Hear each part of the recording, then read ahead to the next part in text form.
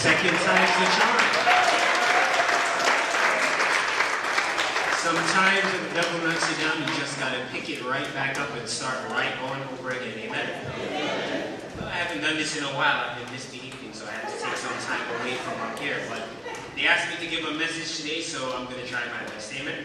I gotta admit that I am feeling a bit under the weather today, so I'm gonna keep it short and sweet this afternoon. I guess I should begin with a question. 10 years ago, when you thought about the future, is what's happening in today's world what you expected? Are you guys really pleased with how today the future has turned out? Folks, what a time we're living in, that's all I can say. What a time we are living in. A lot of people want to vent about what's happening these days, but they're afraid to for fear of backlash. Black History Month is always a time for reflection. Today, so much change is happening so fast. Every moment is from one event to the next. A new shooting to the next. A new controversy to the next. A new phone to the next. Yet it feels like something is missing. Can anyone here 40 and over honestly say that things now are completely better than what it was when you were growing up back home, especially when it comes to church and family values? Some people may be enthusiastic about the future, but I, like many of you, am extremely concerned. We have all this technology, all the world's devices, all the information a swipe and a click away. Yet when I talk to so many people my age, including myself, about their thoughts on these times that we're living in, one thread remains common: boredom. I'm so bored. High school isn't as great as I thought it was going to be. College isn't exciting as I saw on TV. As great as many in my generation may claim today to be, you can tell they too are looking to the past and feel like something is missing. Just look at what's happening on what we're watching on television. So many shows from the past are coming back. Magnum P.I., Roseanne, Full House. Friends that ended in 2004 is currently the most streamed show on Netflix. For older folks, these are shows from a bygone era that you miss. For younger people, it's a throwback to an era that seemed simpler and more appealing. If today is so forward and so great, why are we so nostalgic? It seems we as a society are so exhausted and so displeased with today's world that we're trying to replicate the magic of the past. But the only trouble is, in time, there is only forwards. We've established that there is a displeasure with today's world. Now we just have to figure out what's creating this dissatisfaction. Why are we so bored, exhausted, and unsettled with today? For starters, it could be technology. Before Google, and I'm old enough to remember this, there were the yellow pages. Now things are effortless. All we have to do is Google it. Before you had to meet up with your friends or talk on the phone to hang out. We no longer have to leave the house for that. Instead of meeting up with friends, we can group chat or video chat. If we have to research something, we no longer have to go to the library and possibly interact with others. We have the internet right at home. Instead of breaking the awkward silence and getting to know people, all we have to do is pop in headphones or scroll through Facebook to disassociate from the awkward surroundings. Technology is bringing us closer together, yet technology is bringing us closer to those further away from us, yet farther away from those right next to us. We are all guilty of this. Too much is available to us too easily. Life may be getting easier because of all of our technology, but that same technology seems to be taking the effort, fun, and interaction out of daily life. Another big addition to the boredom and dissatisfaction with today's world and our personal lives seems to come from, and this is a big one, social media. Don't get me wrong, social media is a very useful tool. Before Facebook, you had to write letters or send pictures in the mail to see what family back home was doing. But you would have a delayed response time because the speed of information was much slower. Now we have instant communication on Facebook.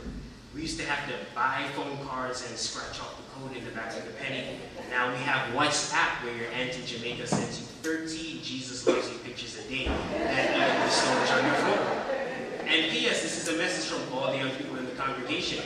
Grown folks, you do not have to send 45 pictures through WhatsApp a week. And going back to Facebook, that's how we felt in the beginning. A way to keep up with family and friends. Then suddenly, it became a cesspool. Now on Facebook, all we do is argue. All we do is make the world seem terrible. Everyone has anxiety. Everyone has depression. All we do on Facebook and Snapchat and Instagram is display. Who can get the most likes? Who can seem to be living their best life the best?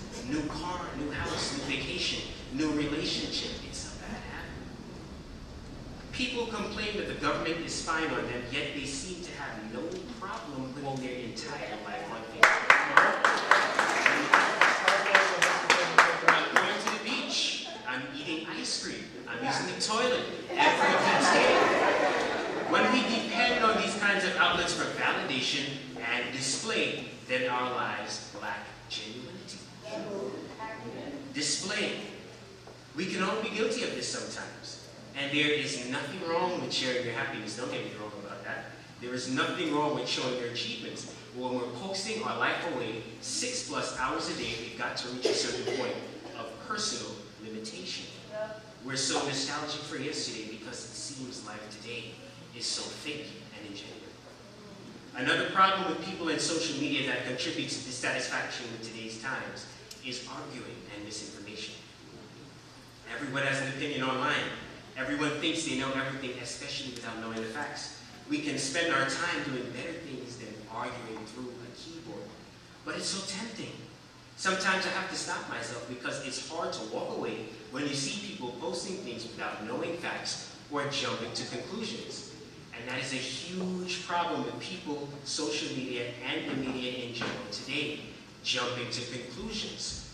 The moment Jane accuses John of doing something inappropriate, we're ready to condemn John without evidence. Unless I know you personally, I just cannot take your word in a situation as serious like that without knowing the facts. We saw a prime example of this week with that in the news, with Jussie Smollett from Empire. He said he was attacked only to have the evidence strongly suggest that the event was staged, but we were ready to jump to conclusions. We have to be so careful with that, especially in this day and age with instant technology and misinformation. But everyone today, especially on social media, is an activist. We all want social justice, but the reality is making change in the world isn't limited to posting about it. You actually have to get up and do something to be an activist. But that's the irony of today. Everyone is politically minded, but not action-oriented. She says she's a feminist, but the moment she sees another successful woman, it's a competition. She has to tear her down. Oh, Eve is ugly. He says he's an environmentalist and shares a post about an eco corporation that dumps trash in a lake, yet he throws his trash on the ground and not in the garbage. There's a word for that. It's called fake. A lot of people today, especially social media, are fake woke for status, not living up to the politics that they promote. We have to cease this pretentious pseudo-intellectualism in 2019. If you know you don't care, or if you know you don't think this way, please do not pretend for others. Another source of frustration with today's times seems to stem from the constant political. All we do is talk about politics in 2019. Aren't you tired? There is a time for everything, a time to argue and a time to stop. Ecclesiastes 3 starts out by saying there's a time for everything and a season for every activity under the heavens. Politicizing everything distracts from the real issues. We have to learn to agree to disagree. You and I might never agree about something, so why bother to keep arguing over it? We can dialogue, but we don't have to be in that constant vitriol back and forth. And just because someone doesn't share your beliefs doesn't mean they're a terrible person. In all things love, that's the theme for the church this year. Embracing diversity isn't limited to skin color, it also includes thought.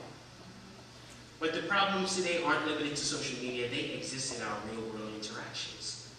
Some say this is the worst modern generation. I would disagree with that. Today's youth are very intelligent. Though what's considered pop culture may not always be, the youth themselves are very informed and very opinionated. They want less oppression and a more open exchange of ideas and a more loving society. And it all goes back to the theme of the church this year, in all things love, and that is good, amen? In that lies the problem. Hear this now. The intent is good, but the execution is flawed. The goal of a more open and tolerant society is good, but the methods we're using to get there and what we are tolerating is flawed. In trying to become a more loving society, we become soft and very sensitive. You can't say anything anymore without people getting offended. And the funny thing is that a lot of people who call themselves forward-thinking and progressives are ready to crucify a person who says something that offends their philosophy. The solution to making a more open and loving society is not oversensitivity. Walking on eggshells to avoid offending people has made us afraid to speak up and has boxed us into political correctness. We have to speak up, or else those so-called forward thinkers will take our power. They will take our voice. This misguided political correctness now has certain school districts calling a Christmas tree a holiday tree. I would like to hear someone tell Jewish people that they have to call a Hanukkah menorah a Hanukkah candle holder and see how that goes over with them. In this country, the misguided political correctness has bred the mentality that everyone's beliefs, but Christians, must be tolerated. But in love, there is wisdom and spirituality.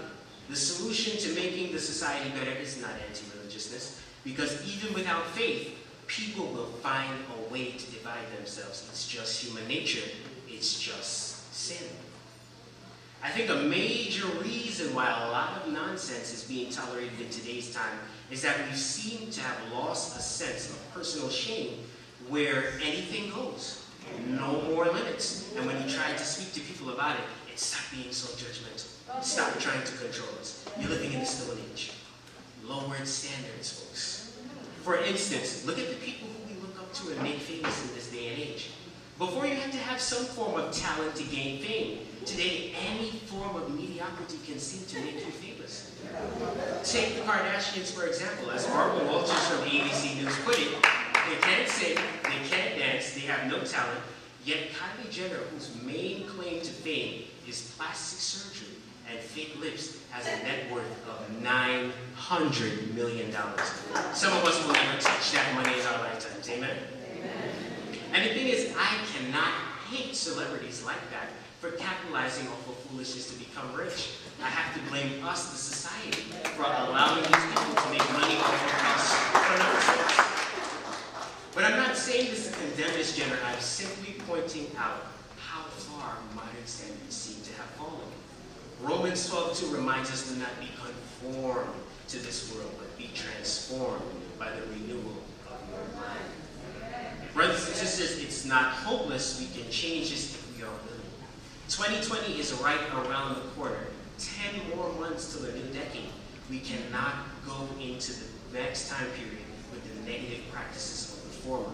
We have an opportunity to raise the bar. There is so much that we can say that is right and wrong with today that cannot fit into the limited time frame of this message. On the flip side, we've spoken a lot about today's generation, but the older people aren't perfect either. Can I get an amen to that? Caribbean parents, I'm speaking to you, and this is a message from the young people. When you come in the house, the first thing you do should not be to complain. Why is this issue the same? You didn't pick up a book for a party. How about good night? You don't have to raise your blood pressure over petty things, folks. Incessantly nagging the youth is not going to reach us, folks. Somebody agrees. We all have our flaws, past generation and current. But I must say the things happening today are especially bewildering. Folks, it's not to say that the days behind us are completely better than the days we are in or the days ahead. Many things are getting better. Science, technology, and some societal values are improving. However, family values, higher societal standards, and more personal interaction are elements from the past that need to make a comeback. The church can modernize, the church can update, but what it cannot do is change the word itself to be acceptable in the times. 2 Timothy chapter 4, verse 3 reminds us, for there will come a time when they will not endure sound doctrine, but according to their own desires, because they have itching ears. They will heap up for themselves teachers, and they will turn their ears away from the truth, and they turn aside to fables. So what did we talk about today? We're so nostalgic for the past because we're frustrated with today. We're frustrated with social media, oversensitivity and political correctness, politics, and lower standards. We discuss solutions. For social media, we can limit our oversharing our lives. We can stop the pretentiousness online and stop jumping to conclusions about stories without knowing the facts. With political correctness, we have to be braver in stating our opinions, even if we run the risk of backlash.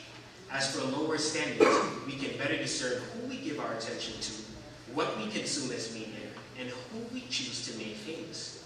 We discussed that the youth want a more loving and inclusive society, but are going about it the wrong way. Finally, we established that the older generation isn't perfect either, but both past and present generation have our ways to work on. That's it. Remember this, folks. People may change. Your mind may change. The times may change. But Hebrews 13:8 reminds us, Jesus Christ is the same yesterday, today, and forever.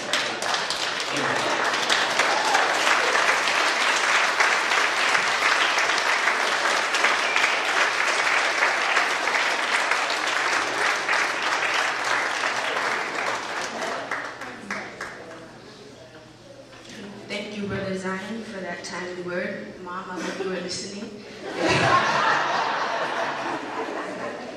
right.